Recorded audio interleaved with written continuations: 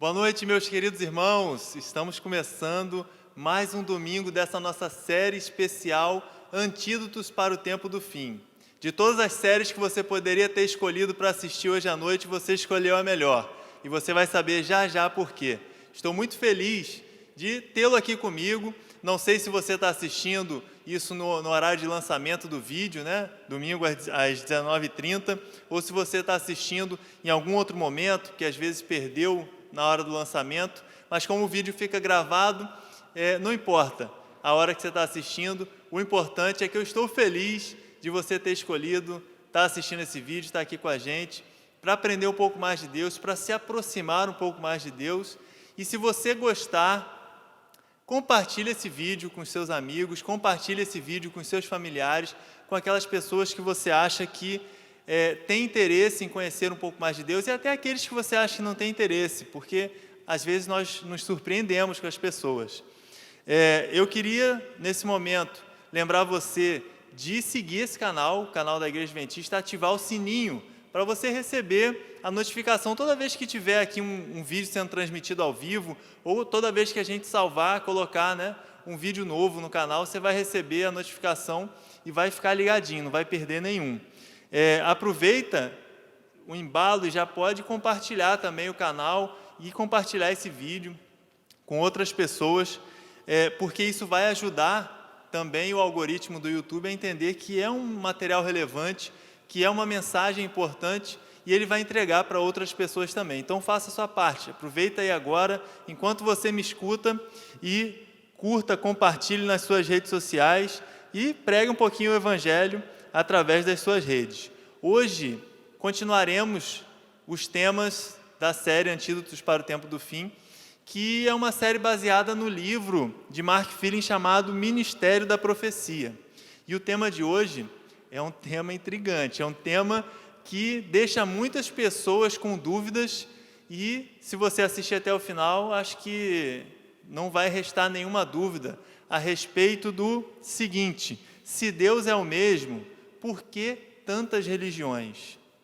Existem muitas religiões nesse mundo, e dentro das religiões, várias outras variações e derivações que nós no cristianismo chamamos de denominações, Mas por quê? Se Deus é o mesmo. Você vai entender hoje no sermão do pastor Gustavo Brito, que vai acontecer daqui a pouquinho. Então, não saia daí, aproveite para chamar os seus familiares aí que moram contigo, que às vezes podem estar espalhados pela casa. Junta todo mundo aí na frente da telinha para vocês acompanharem, não perderem nadinha desse tema que promete.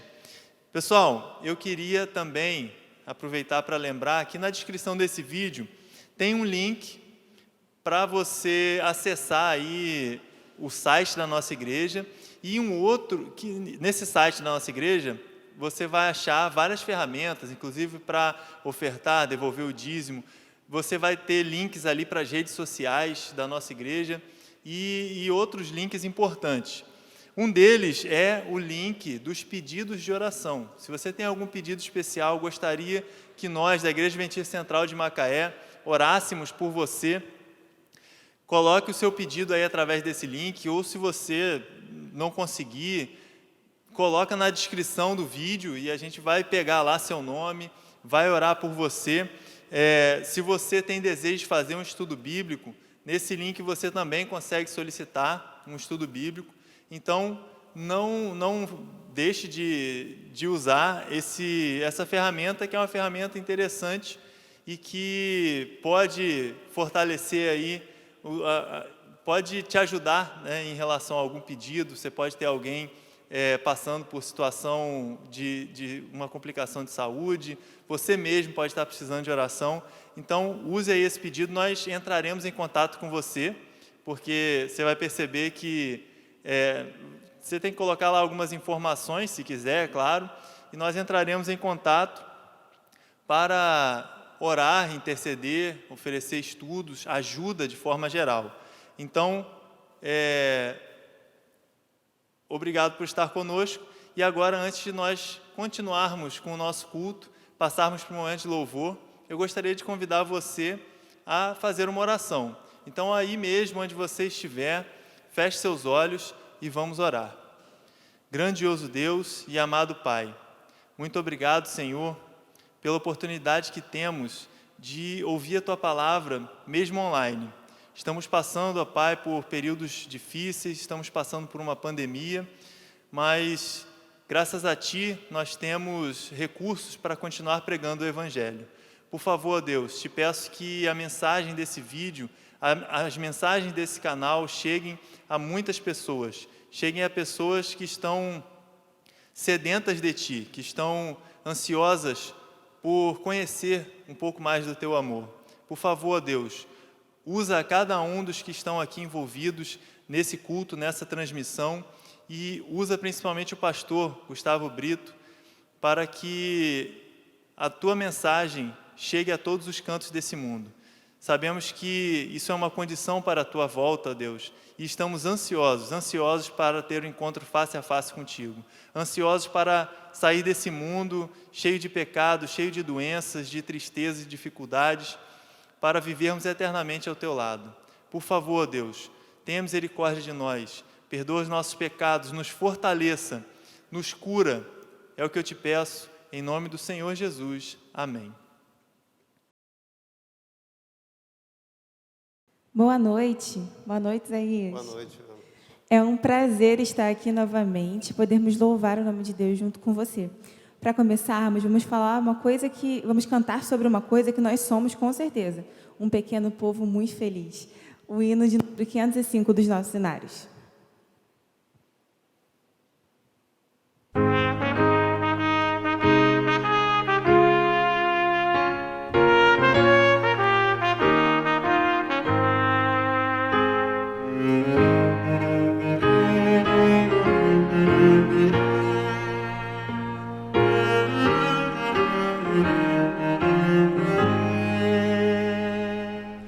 Somos um pequeno povo muito feliz.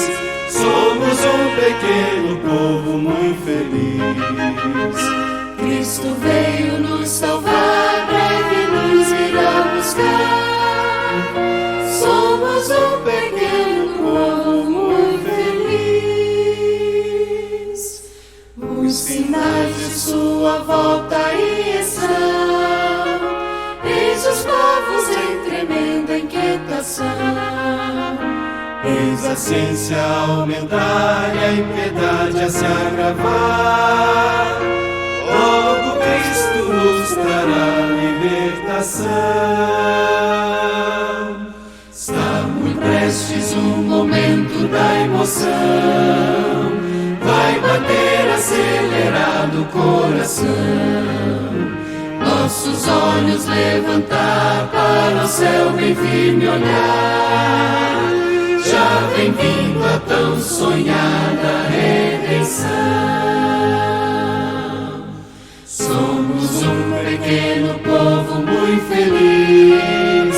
Somos um pequeno povo muito feliz. Cristo veio nos salvar, breve nos virá buscar. Somos um pequeno povo muito feliz.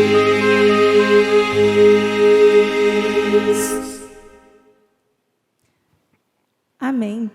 A nossa felicidade com certeza está em Jesus e estarmos perto dele é o auge da nossa vida.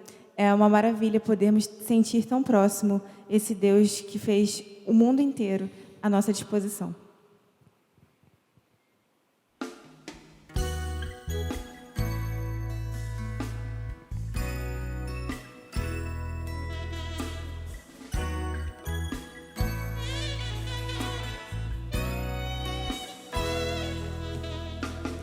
Perto de ti, para sempre quero estar. Meu coração quer te amar e te adorar. Vem derramar tua chuva sobre mim. Meu viver eu entrego só a ti. Vem me tocar com a tua presença e teu poder. derrama sobre mim teu Espírito e tua glória. Ensina-me o caminho para te encontrar.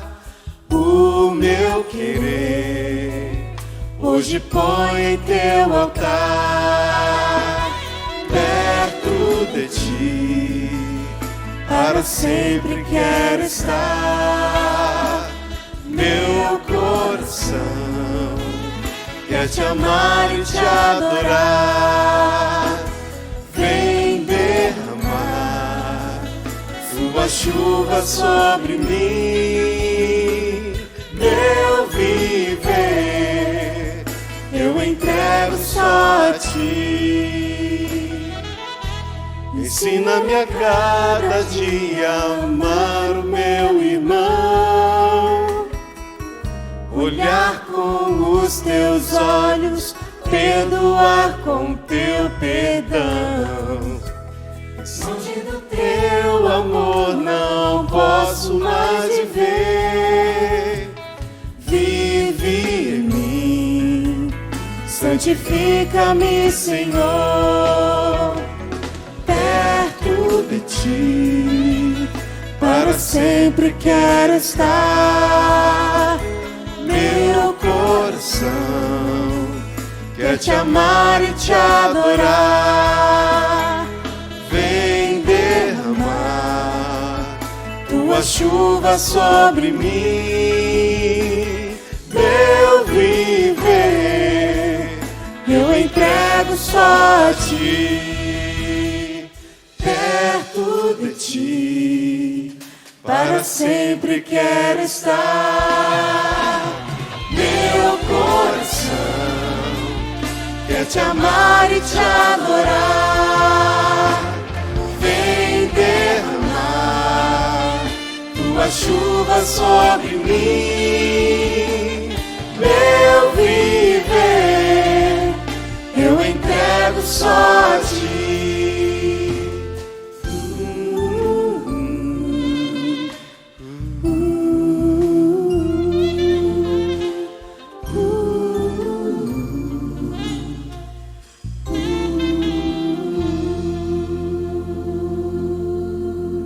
Não esquece, aproveita e curte agora e compartilha esse vídeo. Um abraço, boa noite. Olá, amigos, uma boa noite. Que alegria poder estar com vocês novamente para continuarmos com essa série tão especial. Eu agradeço a sua audiência, agradeço o fato de você estar nos acompanhando e espero que essas mensagens tenham sido importantes para vocês, levando esperança ao vosso coração. Aproveito mais uma vez para pedir a você que compartilhe esse link com os seus amigos, com seus parentes, com seus vizinhos, a fim de que mais pessoas sejam alcançadas pela palavra do Evangelho. Antes de darmos continuidade, eu gostaria de mais uma vez convidar você para uma palavra de oração. Feche seus olhos e falemos com Deus. Querido Deus e eterno Pai, a nossa gratidão, Senhor Deus, pelo Teu Espírito, que fala constantemente ao nosso coração, nos despertando, Senhor Deus, para as verdades espirituais tão importantes, tão essenciais para o tempo em que estamos vivendo. Senhor, neste momento, Pai, cremos que o Senhor está aqui, mas também está, Senhor Deus, em cada lar que nos acompanha. Abençoa, Pai, este filho, esta filha, abençoa esta família, fale ao coração deles poderosamente nesta noite, através do Teu Santo Espírito. Nós te pedimos em nome do Senhor Jesus. Amém. Gostaria de pedir a você que pegue a sua Bíblia. Como todas as noites que apresentamos aqui as mensagens, nós utilizamos bastante a Bíblia. Então eu convido você a buscar ali a sua Bíblia na estante, em cima do sofá, lá no criado mudo. Busque a sua Bíblia para que nós possamos estudá-la. O tema de hoje é um tema muito importante mesmo. Se Deus é o mesmo, por que tantas religiões? Você já parou para pensar? Nós temos muitas religiões no mundo. Nós temos o cristianismo, budismo, hinduísmo, e aí vai. Só dentro do cristianismo nós temos tantas subdivisões. E a pergunta é, se Deus é o mesmo, por que tantas religiões? Sabe, nós já estudamos várias vezes aqui o livro de Gênesis. E, sem dúvida nenhuma, nós precisamos sempre recorrer à base para encontrar respostas da atual situação que vivemos hoje. Quando nós vamos lá no livro de Gênesis, nós encontramos sempre aquele episódio. Qual episódio? Quando a serpente engana o ser humano. E aí, daí nós já temos a explicação, o porquê de tantas religiões. Deus falou a verdade. Deus disse que se o homem desobedecesse, certamente morreria.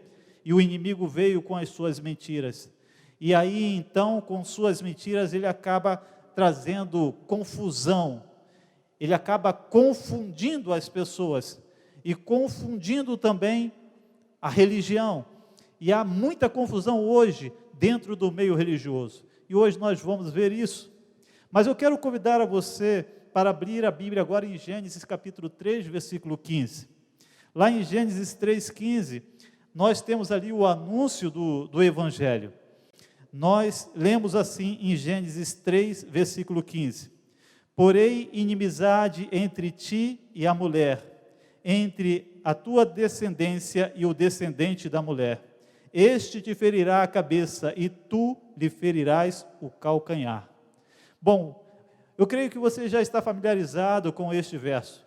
É uma profecia messiânica, é uma promessa de salvação.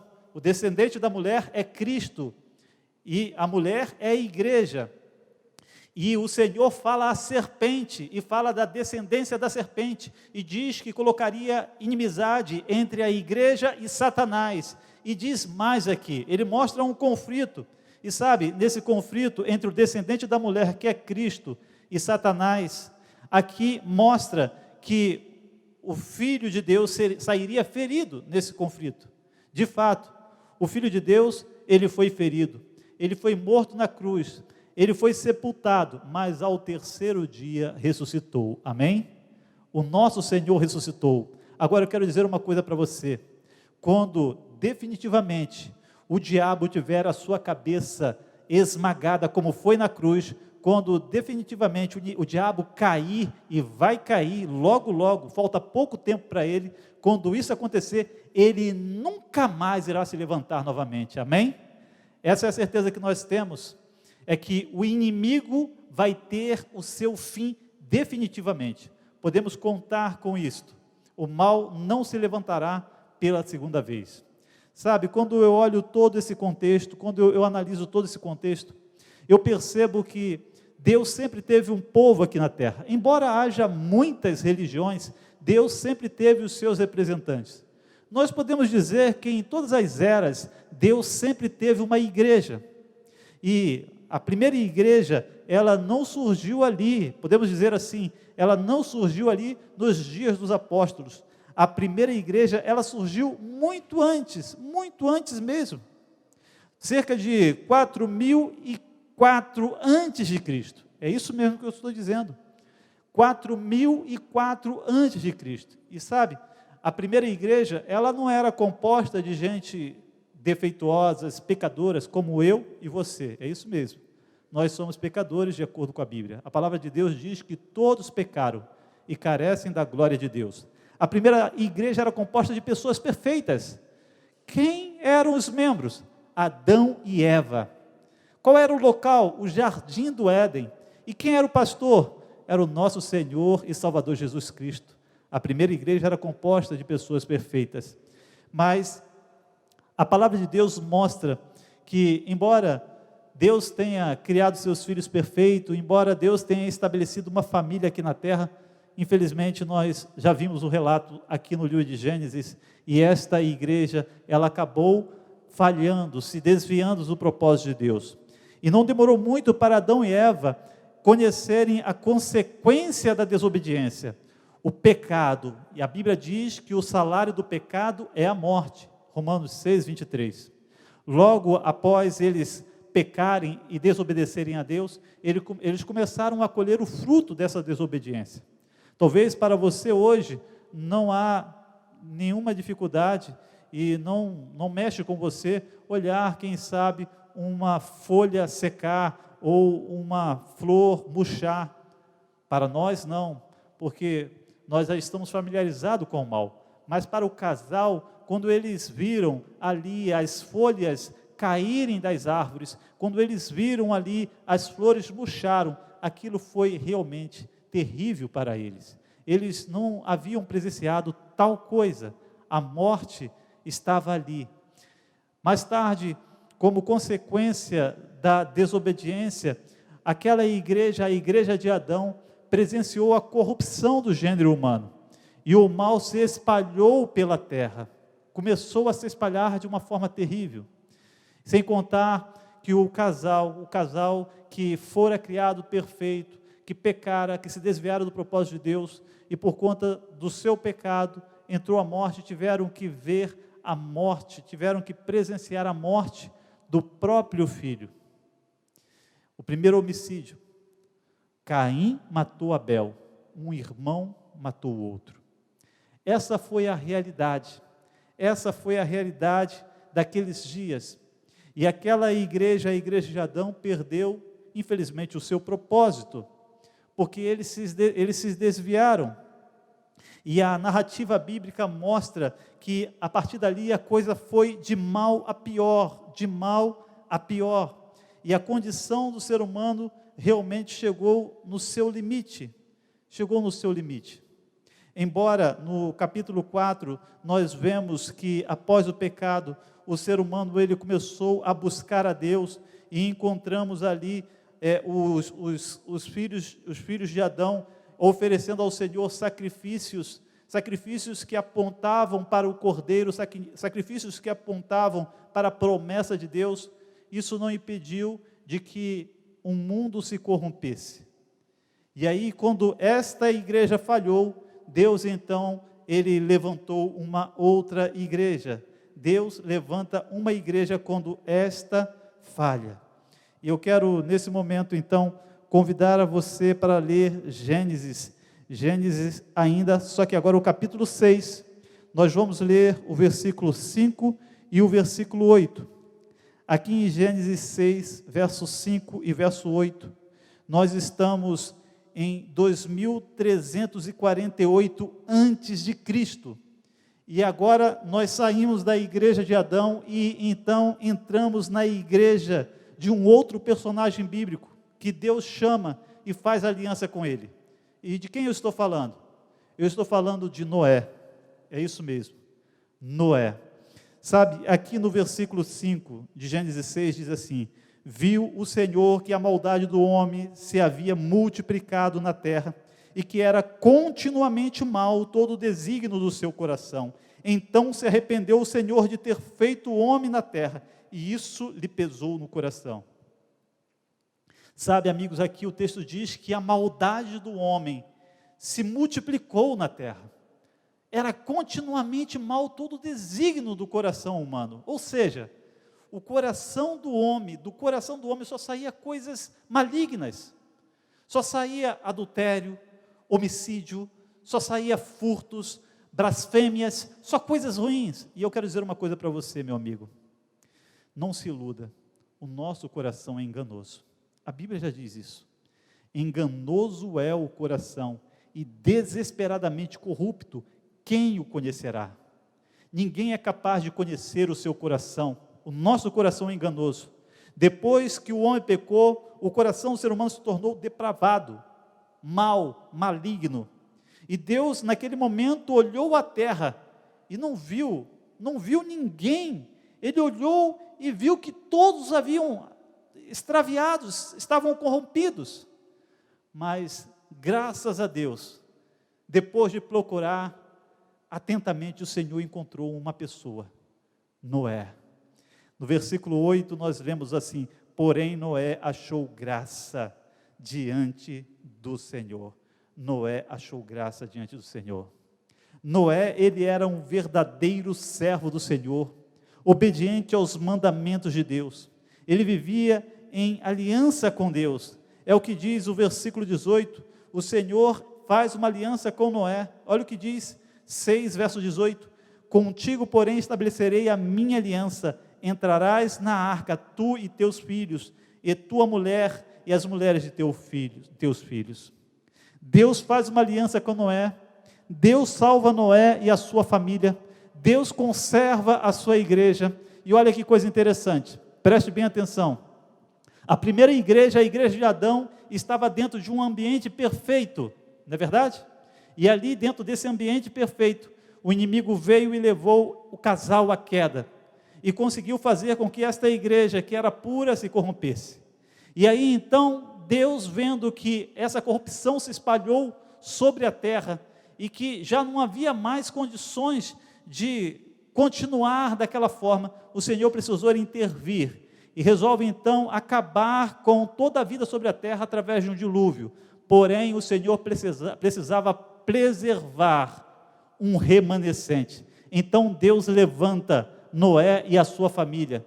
A Bíblia diz que Noé era um homem justo, íntegro, temente a Deus. Noé era um homem que obedecia os mandamentos de Deus. E Noé foi salvo. Deus fez aliança com Noé.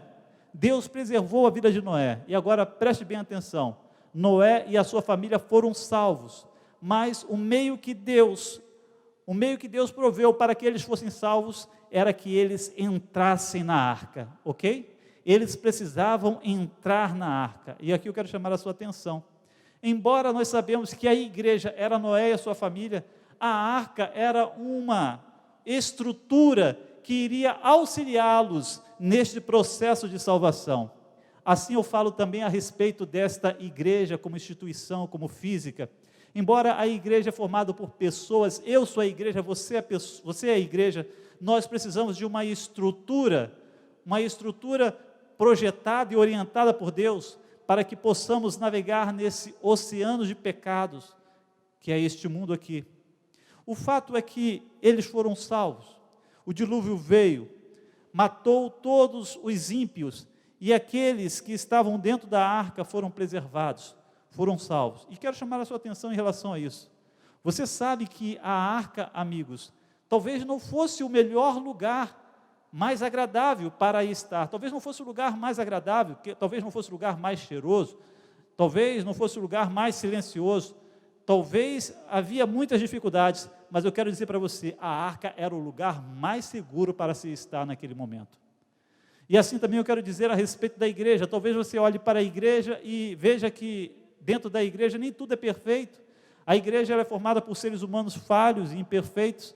Talvez você encontre muitas dificuldades, muitos problemas, mas contudo eu digo para você, aqui ainda é o melhor lugar para você estar. E você que ainda não faz parte da igreja, saiba que o melhor lugar para você estar é na casa de Deus, fazendo parte da família de Deus, porque para esta família a promessa de salvação, a promessa de vida. A palavra de Deus continua e mostra que Deus fez uma aliança com Noé, Noé foi salvo, e agora, queridos, depois disso, depois de Noé ter sido salvo, como nós lemos ali, ele e a família no versículo 18, nós encontramos uma outra história. Sabe, Deus orientou Noé para que ele exortasse os seus filhos, exortasse o povo, para que se afastasse da igreja de Adão. Sim, aquela igreja que se corrompeu, aquela igreja que se afastou dos mandamentos de Deus. Deus orientou para que ele se afastasse. Mas, infelizmente, queridos, a história se repete. E logo, logo, os descendentes de Noé, a igreja de Noé, acaba entrando em declínio. E aí, quando nós vamos lá no capítulo 11 do livro de Gênesis, nós encontramos ali um momento onde vemos esta igreja arrasada. E ela chega ao seu momento fundo do poço, quando eles então resolvem construir uma torre. E certamente você já deve ter ouvido falar dessa torre. É uma torre muito conhecida, a Torre de Babel. É justamente nesse momento da história, quando os filhos de Noé decidem então se ajuntarem, construir uma torre que chegasse até o céu. Na realidade, aquela torre ali, ela tinha um propósito. É dito do texto que eles queriam se safrar de um outro dilúvio. Quando Deus havia feito uma aliança com Noé, de que nunca mais a terra seria destruída pelo dilúvio. Já aí, já podemos ver dentro desta igreja a incredulidade. Mas não é somente isso.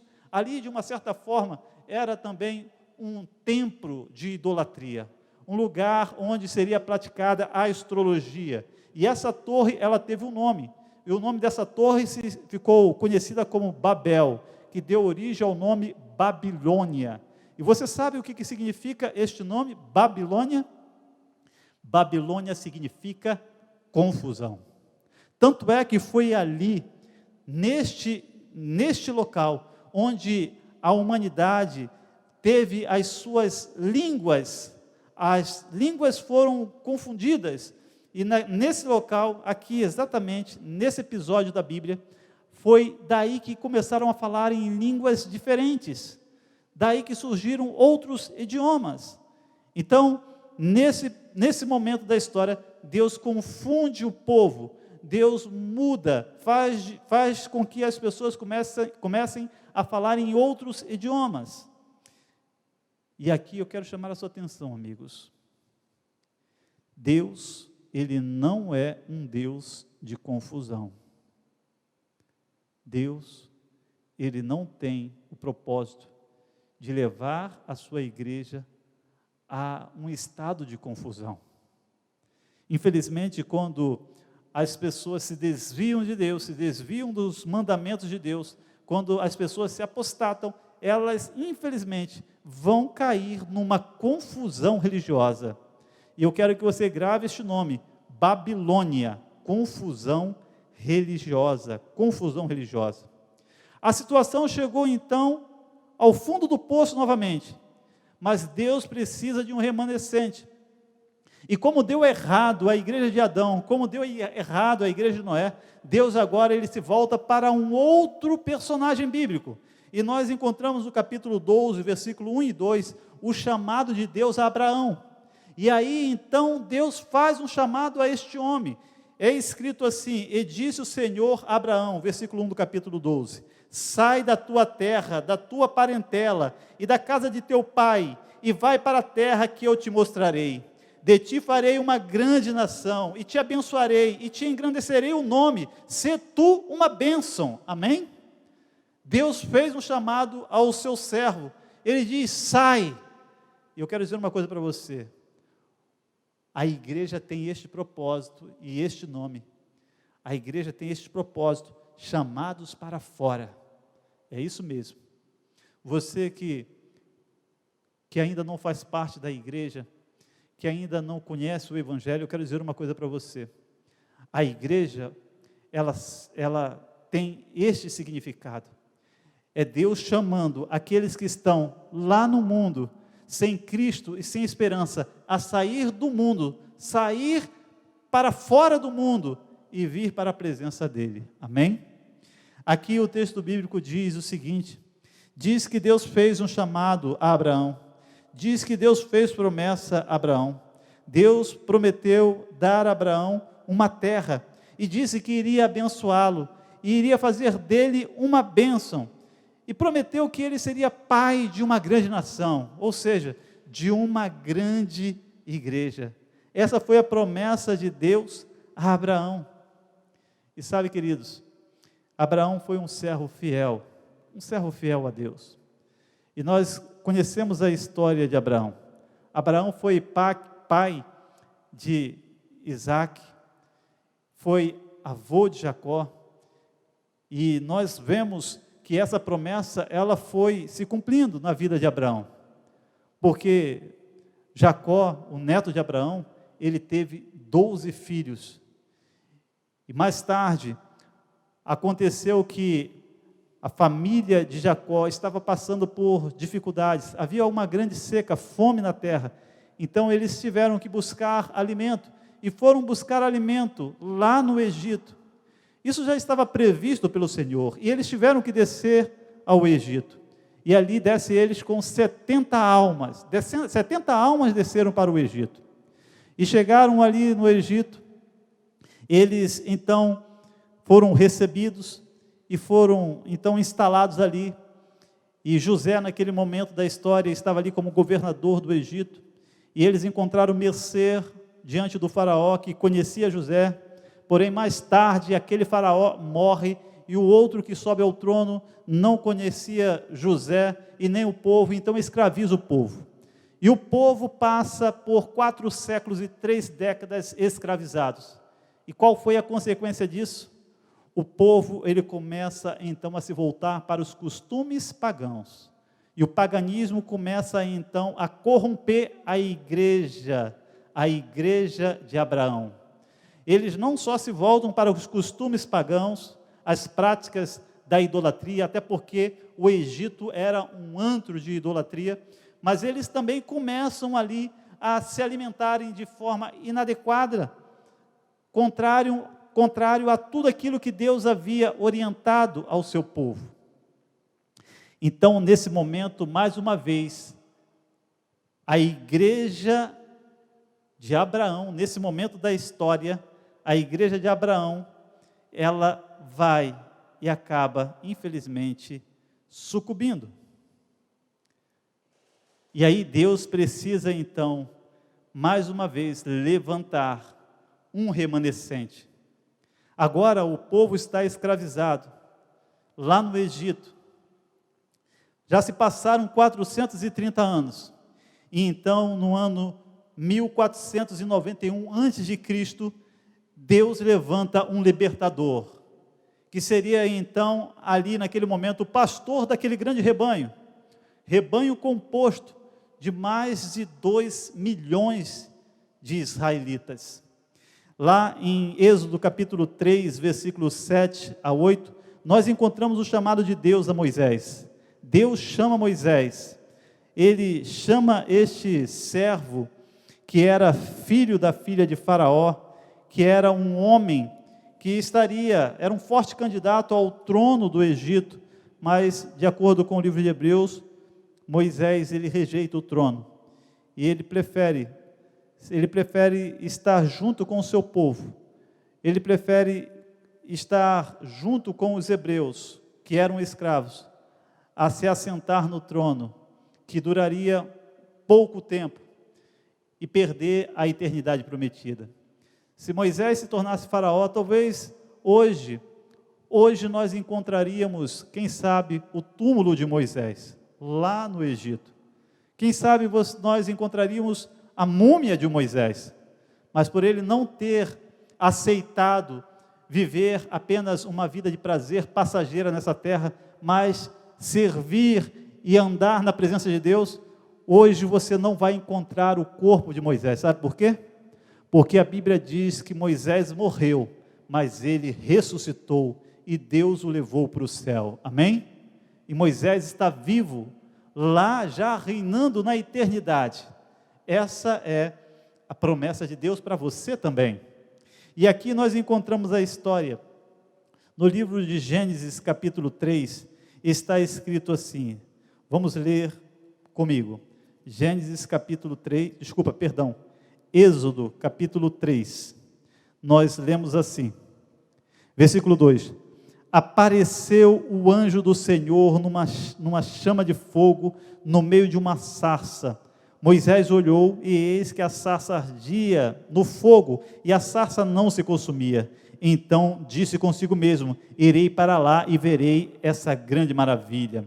No versículo 7 está escrito assim, no versículo 5 está escrito assim, Deus continuou: não te chegues para cá, tires as sandálias dos pés, porque o lugar em que estás é terra santa. Disse mais, versículo 6, eu sou o Senhor teu Deus, o Deus de Abraão, o Deus de Isaque, o Deus de Jacó. Moisés escondeu o rosto, porque temeu olhar para Deus. No versículo 7 o Senhor diz assim, certamente vi a aflição do meu povo, que está no Egito, e ouvi o seu clamor, por causa dos seus exatores.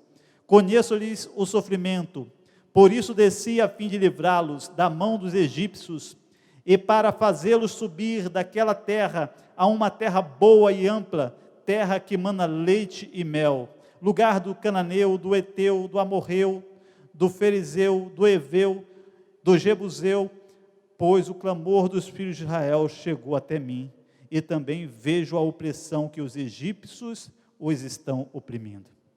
E aí você conhece a história, você conhece o contexto, e Deus usa Moisés, dá a ele um cajado e uma missão, e Moisés sai com aquele cajado, chama o seu irmão, faz dupla missionária com Arão, e eles vão, e ali eles, diante de Faraó, fala tudo que Deus manda, e Deus usa aqueles 2 servos, Moisés e Arão, e através destes 2 servos, Deus detona o Egito, derramando pragas sobre os ídolos, sobre as deidades egípcias, mostrando que todo aquele sistema politeísta não passava de uma farsa, que na realidade nunca foram deuses, mas o verdadeiro Deus é o Deus vivo, que não habita em templo, em moradas feitas por mãos humanas, mas habita no coração daquele que é humilde e contrito de coração.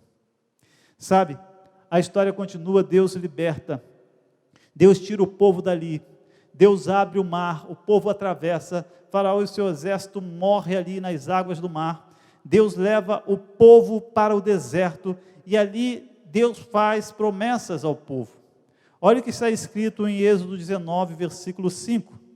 Em Êxodo 19, versículo 5, nós encontramos o propósito de Deus para o povo. Está escrito assim: agora, pois, se diligentemente ouvirdes a minha voz e guardardes a minha aliança, então sereis minha propriedade peculiar dentre todos os povos, porque toda a terra é minha. Amém? Esse era o propósito de Deus para a igreja de Moisés, era fazer dela propriedade peculiar. Mas você conhece a história, não demorou muito o Senhor ter feito essa promessa para o povo se extraviar. Sabe o que eles fizeram? Fizeram um bezerro de ouro, e começaram a idolatrar esse bezerro de ouro. Isso é herança lá do Egito. Infelizmente, eles se voltaram para a idolatria novamente, e daí foi de mal a pior.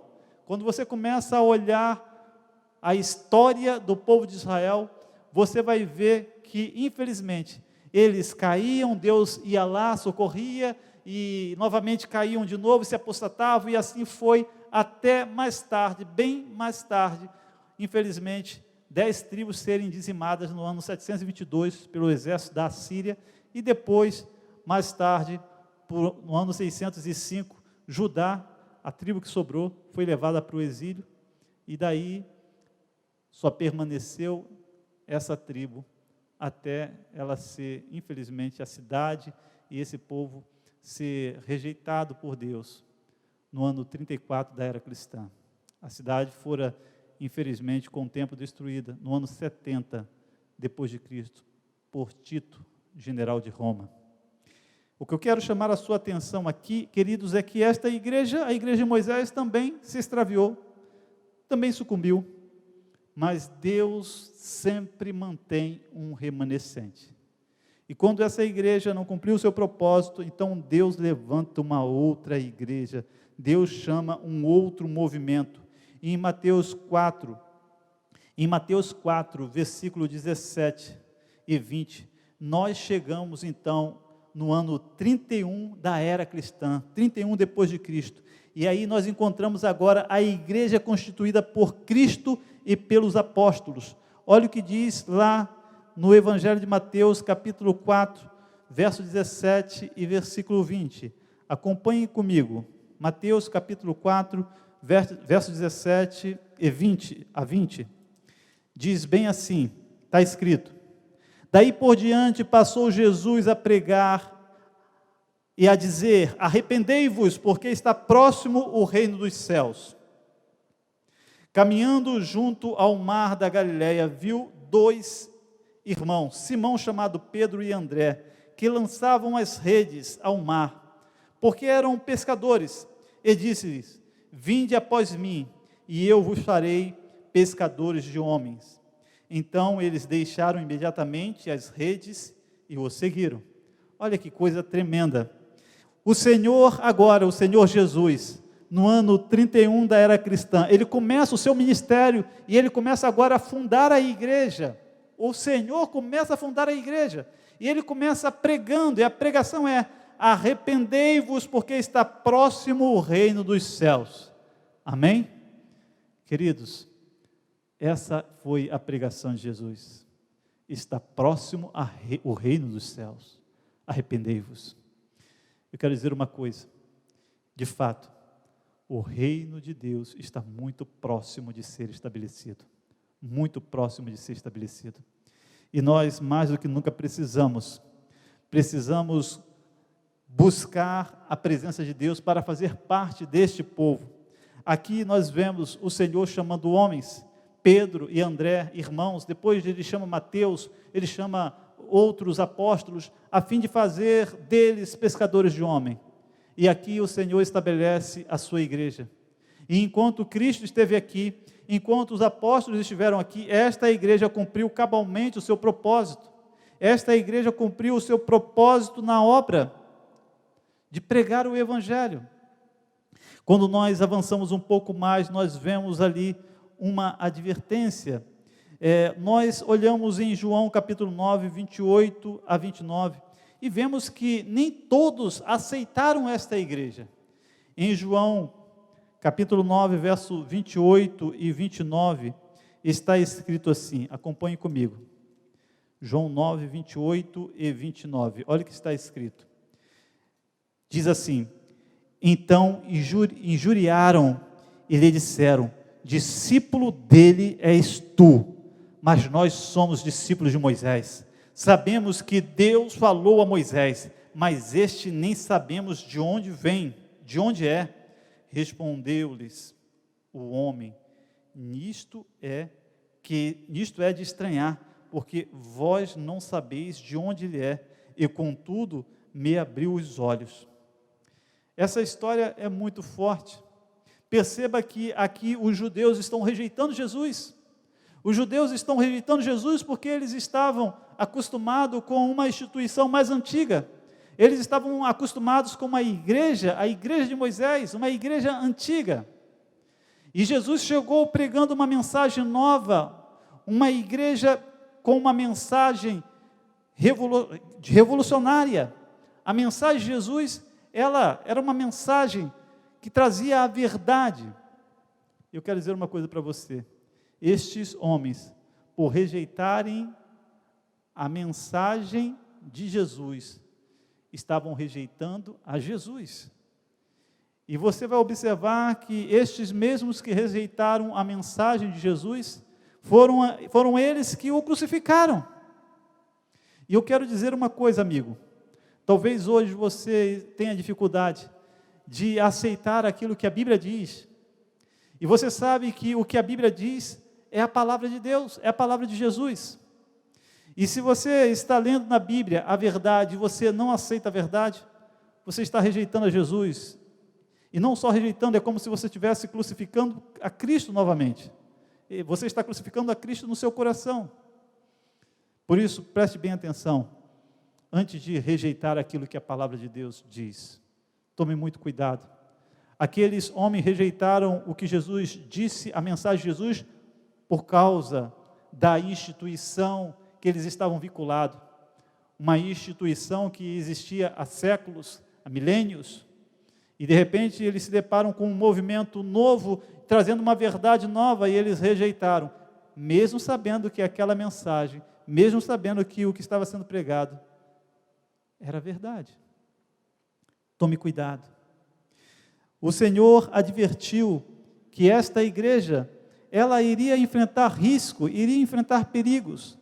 Em Atos capítulo 20, verso 29 a 30, nós lemos, olha o que está escrito, Atos 20, 29 a 30.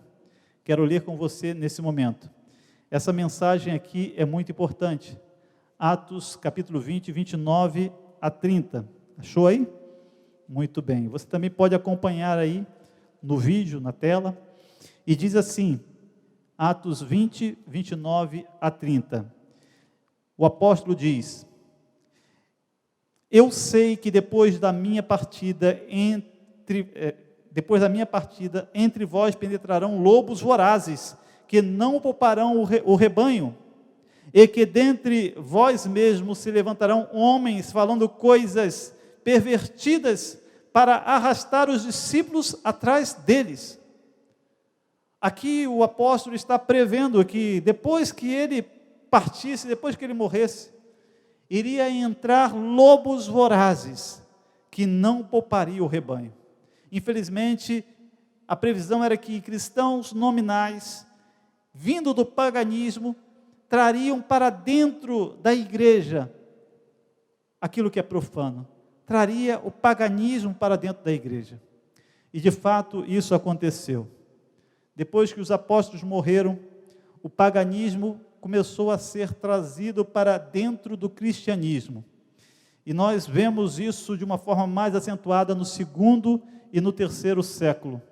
Percebemos que ali, depois da igreja ser fortemente perseguida pelo império, o Império Romano, que tinha como religião o paganismo, depois da igreja ser fortemente perseguida, um homem chamado Constantino, ele então monta uma estratégia para fazer com que ele conseguisse apoio dentro do seu império, apoio político. Ele então, entre aspas, se converte ao cristianismo, se é que podemos considerar que realmente se converteu, e então ele faz do cristianismo a religião do império. Mas, em contrapartida, os cristãos tinham que fazer algumas concessões em relação à sua doutrina, que era pura. Os cristãos, ali, naquele momento, eles tinham, então, que abrir mão de alguns princípios bíblicos. Isso aconteceu. Foi nesse momento que a idolatria entra dentro da igreja. É nesse momento em que o culto aos apóstolos, o culto a Maria, entra dentro da igreja. E a coisa fica crítica, a situação fica crítica. Nesse momento, a igreja deixa de ser perseguida. Aqueles cristãos que aceitaram, então, se vincular ao império, aceitaram, então, fazer essa concessão, permitir que imagens de santos entrasse dentro da igreja, quando na realidade era puramente idolatria, permitir que fosse cultuado outro mediador além de Cristo, como Maria, por exemplo, e outros apóstolos, permitir que o perdão fosse concedido pelo ser humano, quando a Bíblia diz que o perdão só deve ser concedido por Deus, e permitir e aceitar a mudança do dia de guarda, do sábado para o domingo, o que ocorre em 7 de março de 321, depois de Cristo, decreto do Constantino, imperador de Roma. Com isso, amigos, a igreja apostólica, ela entra num declínio e apostasia. E mais uma vez, há uma corrupção. E aí, Deus precisa de levantar um povo, um remanescente. E nós, então, chegamos no ano 517. E no ano 517, Deus levanta uma outra igreja. E agora Deus levanta a igreja da reforma, os reformadores. 1517 é um ano muito conhecido. É o ano da reforma, 1517. E o grande protagonista desse episódio é Martinho Lutero, um monge católico, que foi chamado por Deus para sair de uma instituição que já existia há séculos, milênios, para se posicionar ao lado de Cristo e da verdade. E olha, eu pergunto a você, não foi fácil para ele, porque os pais eram católicos, os avós eram católicos, todos os seus parentes eram católicos, os seus antepassados eram católicos, mas quando ele ouviu a voz do Espírito Santo, ele tomou a decisão, ele deixou tudo e foi seguir a Deus, foi seguir a Cristo. Sabe, Deus levanta Martinho Lutero, levanta muitos outros reformadores ali em diversas cidades, John Knox, Zwingli, nós temos vários outros reformadores que foram levantados para trazer novamente a verdade limpa e pura da palavra de Deus, colocar a verdade no seu devido lugar, aquela verdade que fora pisada por terra durante muito tempo. Durante muito tempo, essa verdade fora pisada por terra. Quando nós, por exemplo, lemos Apocalipse capítulo 12, versículo 6, nós encontramos ali, queridos, uma profecia. Em Apocalipse capítulo 12, versículo 6, está escrito assim: a mulher, porém, Apocalipse 12, verso 6, a mulher, porém, fugiu para o deserto, onde lhe havia Deus preparado lugar para que nele a sustente durante 1260 dias. Eu quero chamar a sua atenção que, como nós já sabemos, em profecia nós não entendemos as coisas como se lê. Em profecia a linguagem é simbólica. E nesse caso, mulher aí é a igreja. Percebe? A igreja fora levada para o deserto. E deserto tem a ver com um local, de fato, onde não há presença de povos. Deserto tem a ver com um lugar despovoado. Sim, foi lá para o ermo que Deus levou a sua igreja para protegê-la. Durante quanto tempo? A Bíblia fala aí, durante 1260 dias. Eu quero chamar a sua atenção para esse período de tempo, 1260 dias. Quando nós lemos Ezequiel capítulo 4, versículo 6 e versículo 7, nós vamos entender que dentro de profecia, um dia não se deve entender como literal. Olha o que diz, versículo 6, quando tiveres cumprido estes dias, deitar-se-á sobre o teu lado direito, e levarás sobre ti a iniquidade da casa de Judá. Agora, olha o verso 7, o que diz? 40 dias te dei, cada dia por um ano, exatamente. Em profecias, um dia equivale a um ano. Então, 1260 dias, 1260 anos. É isto mesmo, 1260 anos. Durante 1260 anos, a igreja da reforma, o povo de Deus, esteve, sim, ali, guardado, preservado no deserto. Esse período foi o período da supremacia papal, que foi de 538 depois de Cristo até 1798 depois de Cristo, quando o sistema papal foi jogado por terra, quando o general Berthier, general de Napoleão Bonaparte, tem então a incumbência de prender o Papa Pio VI e exilá-lo. E naquele momento, o papado, como diz a profecia, foi ferido de morte.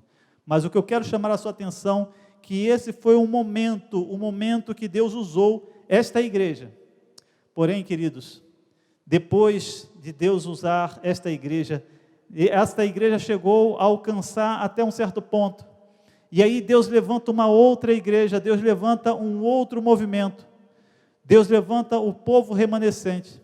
E em 22 de outubro de 1844, Deus levanta, então, a igreja que vem desde os dias de Adão, porque a igreja de Adão falhou, e surgiu a igreja de Noé. A igreja de Noé falhou, e voltou-se para a igreja de Adão, e surge a igreja de Abraão. A igreja de Abraão falha, e se volta para a igreja de Noé, e surge então a igreja de Moisés. A igreja de Moisés falha, e assim vai a igreja dos apóstolos, a igreja da reforma, até chegar a esta igreja. A igreja que é descrita em Apocalipse. A igreja que é descrita em Apocalipse 14, versículo 12. Olha o que está escrito em Apocalipse 14, versículo 12. Leia comigo, acompanha comigo, por favor. Diz assim, Apocalipse 14, verso 12.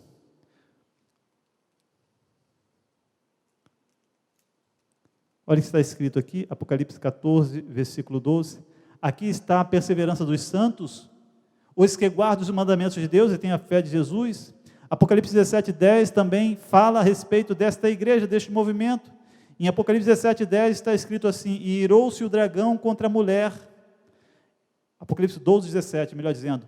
Irou-se o dragão contra a mulher e foi fazer guerra contra o restante da sua descendência, os que guardam os mandamentos de Deus e têm o testemunho de Jesus.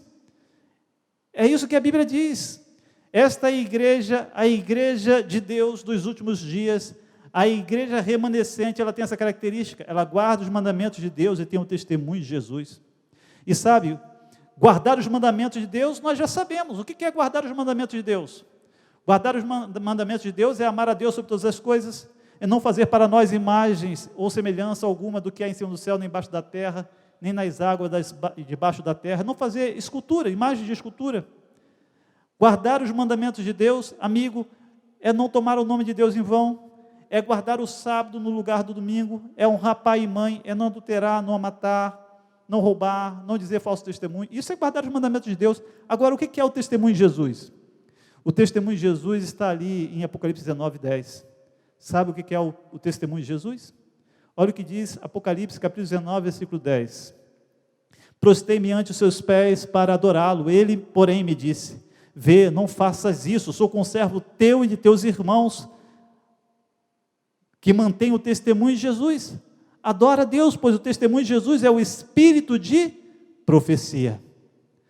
Aqui está, amigo, as características da igreja dos últimos dias, da igreja remanescente, da igreja de Cristo. É uma igreja que guarda os mandamentos de Deus e tem o espírito de profecia. Tem a manifestação do dom profético na igreja, para que nesses últimos dias ela pudesse ter luz e compreensão de como deveria viver, de como deveria ser guiada por Deus nesses últimos dias. Essa é a igreja de Deus. Este dom profético, esta igreja que guarda os mandamentos de Deus, ela não pode ser confundida pelo diabo, porque ela é guardada pelo Senhor.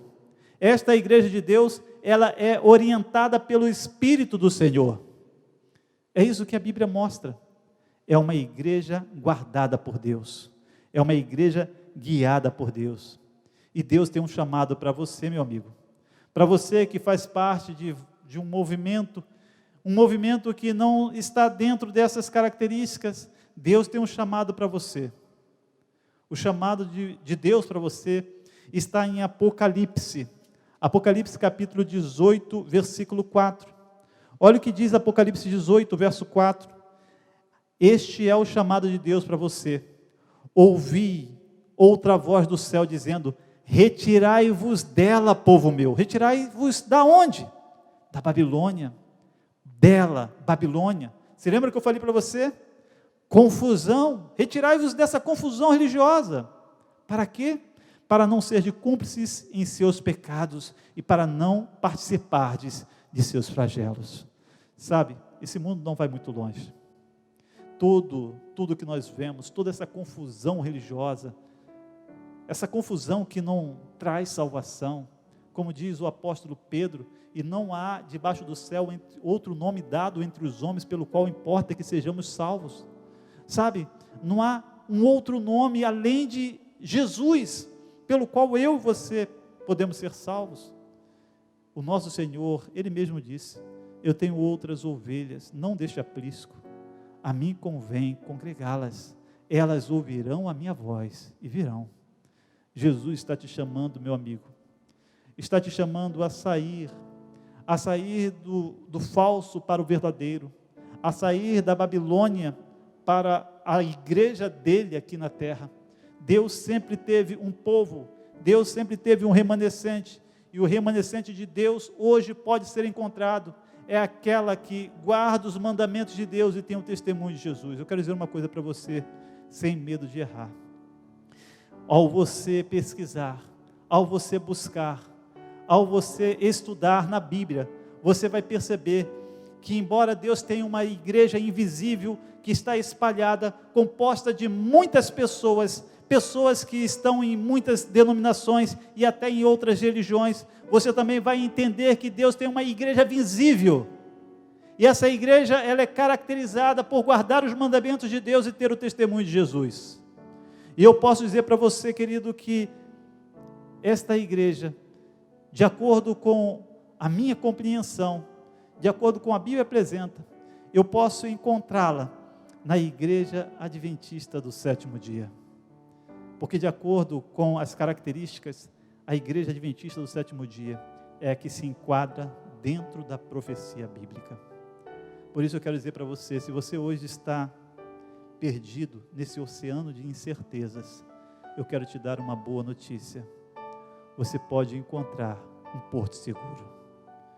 Como eu disse, a igreja nem sempre é o lugar é o melhor lugar em alguns aspectos.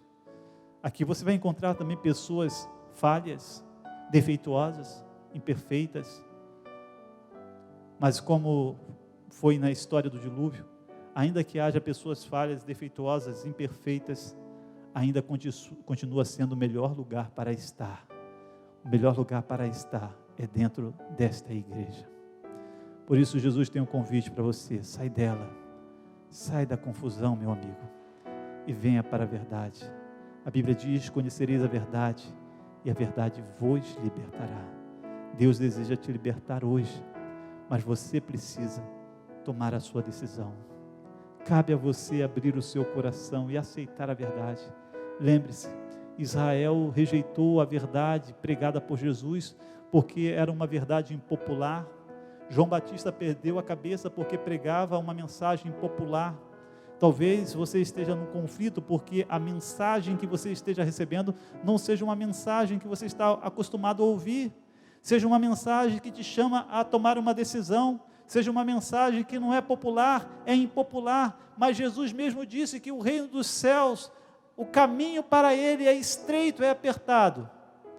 Então não se iluda com as portas largas, nem sempre é um bom negócio escolhê-las. Eu quero nesse momento pedir a Deus que abençoe a sua vida e quero orar pela sua decisão ao lado de Cristo. Nós teremos um louvor neste momento e logo após eu quero orar com você. Portanto, enquanto você ouve essa mensagem, entrega o teu caminho ao Senhor, confia nele e o mais ele fará.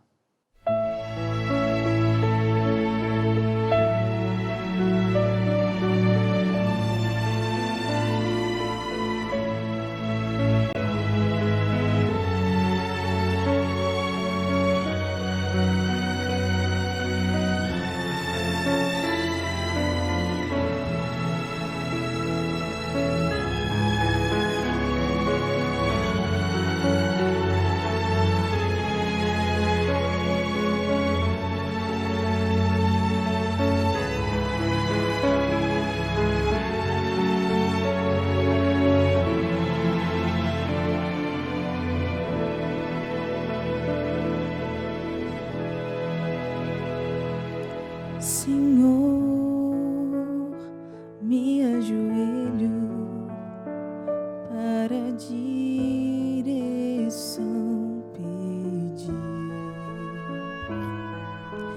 Aqui está o povo que preciso conduzir, mas sou jovem limitado e não sei o que fazer. Sou humano e incapaz de cumprir o teu querer. O meu pedido é a tua direção.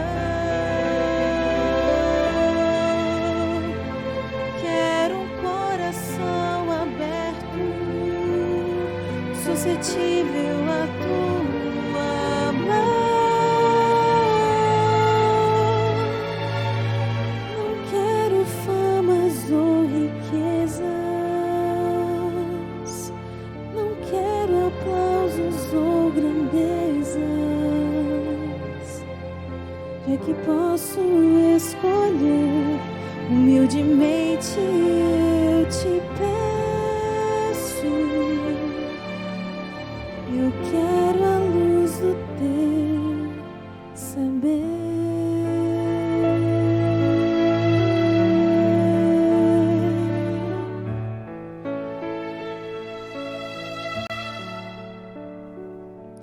Senhor, tu nos guiaste através de gerações. Imploro discernimento para sábias decisões. Ilumina minha vida pois perfeito é o teu pensar, ensinando o teu servo a saber te escutar. O meu pedido é a tua direção. Quero um coração aberto, suscetível a tua.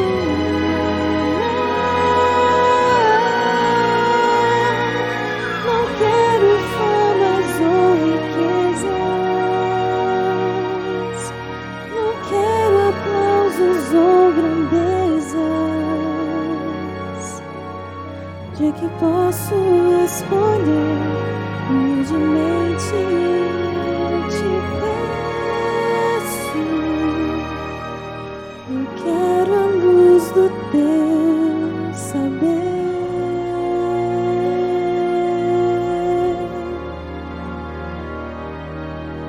Eu quero a luz do teu saber.